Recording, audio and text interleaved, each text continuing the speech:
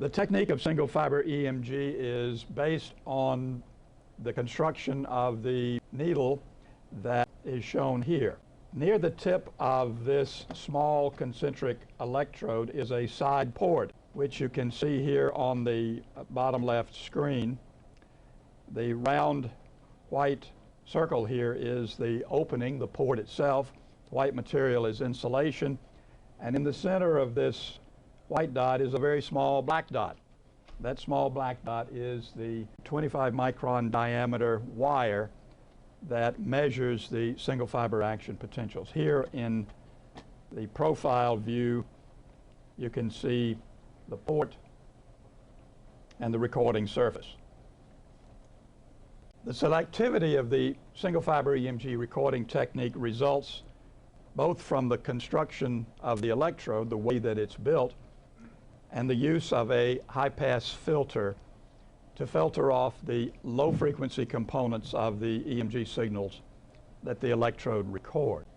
This slide shows the relative amplitudes recorded by different electrodes from a given generator as that electrode is moved away from the generator. The single fiber electrode here, because it has a very small recording surface, the amplitude of signals recorded by electrodes is inversely proportional to the size of the electrode. So a very small recording electrode here records a signal with a high amplitude when it's very close to the generator.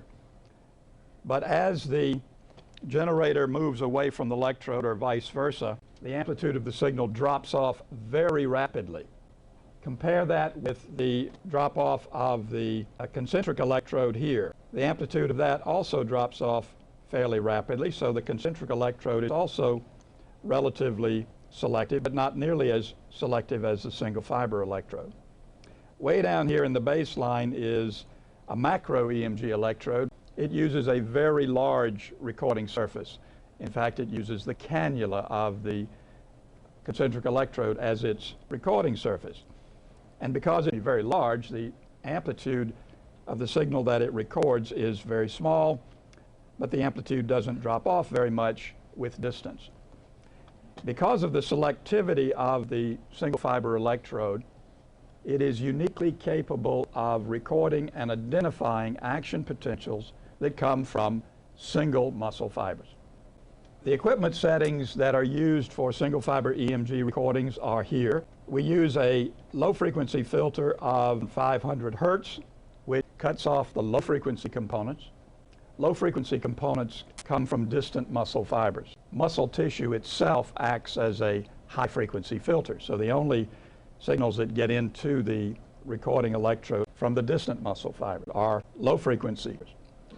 We use a 10K hertz high frequency filter because that's adequate to pass all of the electrical activity of relevance to the single fiber action potential. We use a gain setting that is sufficient to amplify the action potential on the screen for optimal visualization.